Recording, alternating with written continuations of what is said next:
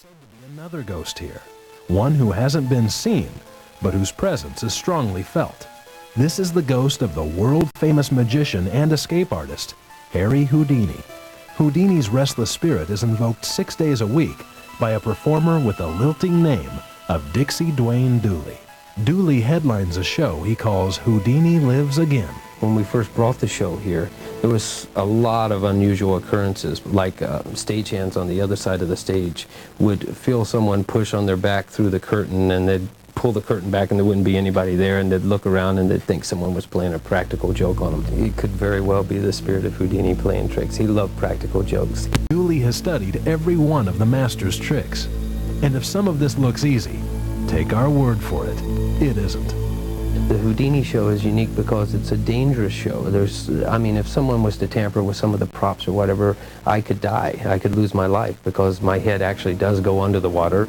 Myth has it that the great Houdini drowned when one of his most spectacular underwater stunts backfired. It's a good story, but it isn't true. Houdini died in bed of a ruptured appendix, the result of a body blow. A debunker of spiritualism all his life, on his deathbed, Houdini promised his wife he'd try to come back to her one day. The poor woman waited and waited for almost 20 years, then gave up the ghost and died. Is it likely that the world's greatest magician would be roosting in a downtown Las Vegas hotel? Dixie Dooley thinks it's not only possible, but likely. You know, the spirit of Houdini could be right here in the theater. You know, his wife Bess died only 70 miles from here in Needles. And I know that if Houdini was alive, he would want to play Vegas. Turn up the music, bring up the house lights. There's something wrong. You should be out by now. Be ready with the axe. We may need it. Whether Houdini would want to play Vegas is a moot point.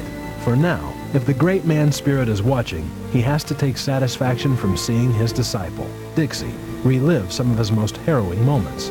And for Dixie, his spiritual connection to Houdini, real or imagined, inspires him to do his best.